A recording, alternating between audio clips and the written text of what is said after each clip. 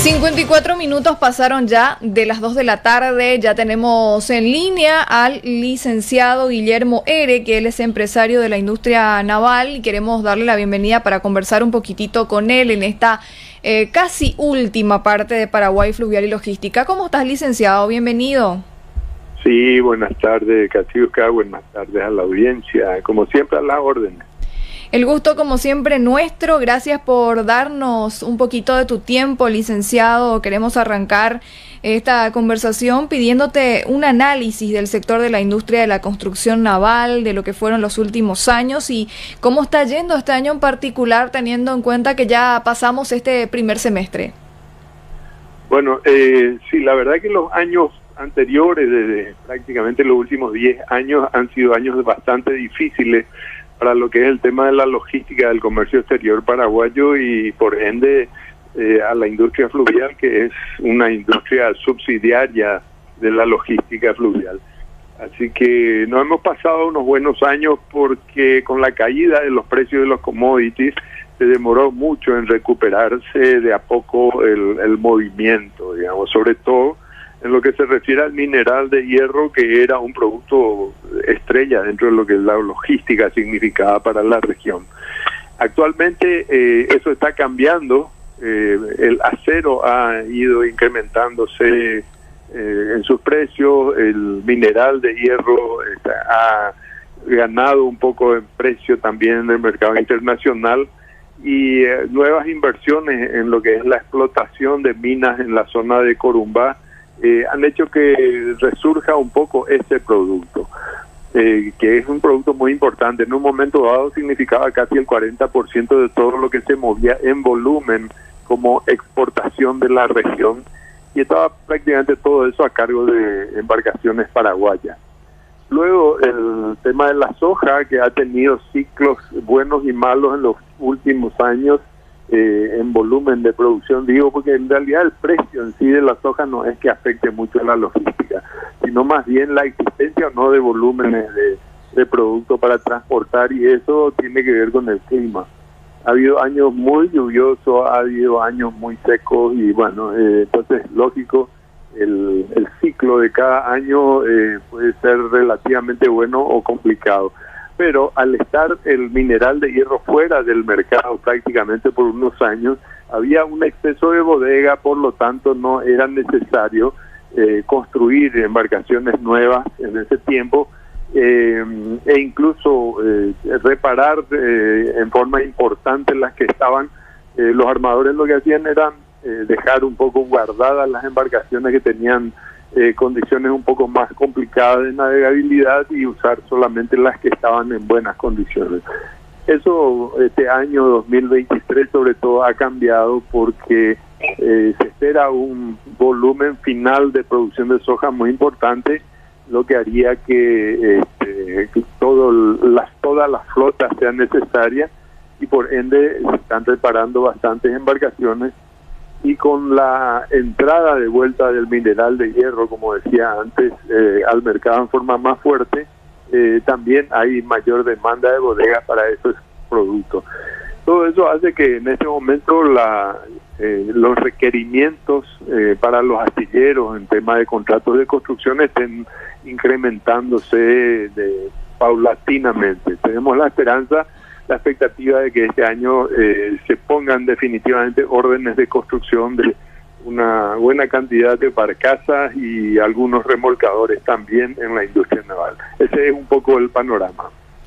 Y en cuanto a lo que hacen los proyectos, licenciado, que se han desarrollado en el sector industrial naval este año, ¿cuáles podríamos resaltar hasta ahora? Bueno, hay alguna embarcación para transporte de contenedores que está iniciando su proceso de construcción. Se han estado construyendo barcazas para combustible en los diferentes astilleros y alguna otra embarcación como pontones y demás. No ha sido todavía hasta ahora un año muy importante, digamos, en cuanto a demanda, pero los astilleros han sabido seguir produciendo para estar un poco incluso adelantándose a lo que puedan ser las necesidades del mercado en los próximos meses. Así que la ocupación del personal y mantener el ritmo de producción ha sido un poco la constante de este año. Licenciado, estamos en un año sin duda de muchos cambios, también iniciando por los cambios políticos que están habiendo, la designación de nuevas autoridades para diferentes sectores. Por eso también me gustaría un poquito que nos hables de cómo ven la designación de Javier Jiménez como ministro de Industria y Comercio desde el sector de la industria naval. Sí, Javier Jiménez es alguien del sector nuestro, o sea, él está muy vinculado al sector portuario, conoce mucho de lo que es el tema de navegación, digamos, logística fluvial en general, aparte de ser industrial también en otras áreas, así que creo que conoce y tiene la sensibilidad necesaria como para que desde el principio su actitud sea la de realmente llevar adelante cosas que sean beneficiosas para el país, para la economía del país y para el sector en forma específica. Pero unas expectativas importantes, como lo que ocurre siempre cuando asume un nuevo gobierno, que las expectativas son grandes respecto a lo que ese gobierno pueda hacer. En este caso, con Javier del Ministerio de Industria, nosotros estamos muy entusiasmados y esperando que pueda asumir para poder empezar a trabajar con él en breve. Excelente. Bueno, hablando un poquito también de lo que es la capacitación dentro del sector, dentro de lo que es la industria naval, sabemos que es un sector en constante movimiento, en constante proceso de capacitación. Por eso nos gustaría que nos cuentes un poco cómo y dónde se capacita la mano de obra que opera en la industria naval paraguaya. Bueno, el único sector que puede ayudarnos realmente a nosotros es el SNPP, que puede formar técnicos para el sector nuestro. Digo técnicos de nivel bajo, soldadores principalmente. En los últimos años se ha logrado un poco que los cursos que dictan se orienten un poco más hacia lo que es la industria naval, que no es un trabajo de soldadura simple, es un trabajo de soldadura que requiere un alto nivel de capacidad y de técnica, y que en donde los soldadores que trabajen en astilleros, en los astilleros importantes por lo menos deben ser certificados a nivel internacional.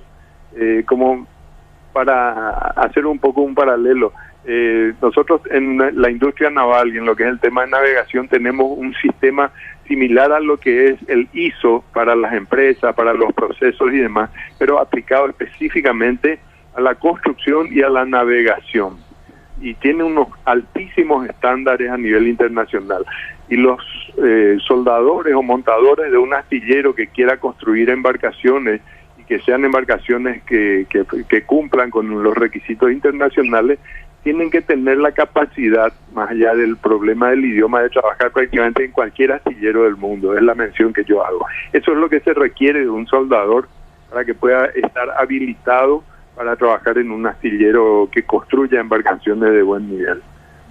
Así que ese nivel de formación generalmente lo asume directamente cada astillero, porque todos los astilleros tenemos nuestra propia escuela de formación de nuestros soldadores para que alcancen el estándar que se requiere de ellos. Claro. Bueno, y si hablamos de futuro también, licenciado, de proyectos, por sobre todo, ¿cuáles son los más próximos, esos que ya están ahí llegando? Bueno, como decía, hay en este momento en negociación la construcción de varios convoyes para transporte de mineral y de soja, que algunas empresas armadoras importantes de la región han estado negociando con los astilleros. Se habla de 4 a 10 convoyes, depende de cómo finalmente cierren los negocios de esos armadores con los productores de mineral de hierro y de soja, para que puedan determinar poniendo esas órdenes. 10 convoyes significan mínimo 120 barcazas que tienen que ser atendidas por un grupo de remolcadores que, si asumimos que parte de los mismos están en el mercado en este momento y están operando, por lo menos 4 a 6 remolcadores podría ser necesario que se construyan en el país, tal vez si logramos ser competitivos en los próximos 3 a 5 años. Desde tu punto de vista, también teniendo en cuenta un poquito el avance que se ha tenido dentro de nuestro país, ¿crees que Paraguay podría convertirse en un centro logístico, prestar servicios no solamente de calidad para la región, sino también para el mundo? Bueno, el tema aquello en lo cual Paraguay es fuerte, que es el movimiento de commodity, o sea, llamémosle soja, maíz, trigo, arroz, y por el otro lado mineral de hierro, hace que el tipo de trabajo sea muy específico para las condiciones de que tiene la hidrovía Paraguay-Paraná. Por lo tanto, nuestro país debe concentrarse en ser eficiente en esa parte del transporte. De ahí, al salir al Río de la Plata y al océano, es un ambiente absolutamente diferente, en el cual hay muchas empresas de altísimo nivel que compiten fuertemente por ese mercado, y sería ilusorio pretender que nosotros pudiéramos salir a incursionar en eso por el alto nivel que se requiere de inversiones. Un barco que opere a nivel marítimo puede costar entre 30 y 50 o más millones de dólares. Entonces, pretender irnos hacia ahí es demasiado ambicioso. Nosotros tenemos que hacernos eficientes en lo que es el río, y ahí seguir insistiendo y teniendo la mejor performance posible. En líneas generales, ¿las perspectivas para lo que resta del año son positivas, licenciado? Sí, consideramos que sí. Consideramos que este año va a terminar con varios contratos de construcción cerrados y con muy buen trabajo a nivel de reparaciones en los astilleros, por las razones que te mencionaba antes. Excelente. Bueno, un placer que nos hayas dado un poco de tu tiempo. Te agradecemos muchísimo el contacto y bueno, estaremos hablando seguramente próximamente. Que disfrutes del resto del sábado y por supuesto del fin de semana. Muchas gracias, igualmente para vos y para los oyentes. Que tengan todos un excelente fin de semana. Muchas gracias. Así conversábamos con el licenciado Guillermo Ereque, empresario de la industria naval, haciendo un poquitito este análisis acerca de este sector tan importante para todos. Vamos a ir un poquito al portal de Paraguay Fluvial y Logística, como ya saben también, ahí la información minuto a minuto actualizada. Vamos a ver algunas informaciones destacadas. Esta, por ejemplo, que tiene que ver con la lancha Aquidaván, que dejaría de viajar tras 50 años de servicios. Aquellos que de repente alguna vez viajaron en esta lancha, la emblemática embarcación fluvial Lancha Aquidaván, que une las ciudades de Concepción y Bahía Negra, dejaría de viajar en muy poco tiempo por la crisis de pasajeros y también por la crisis de cargas. Los viajes ya no compensan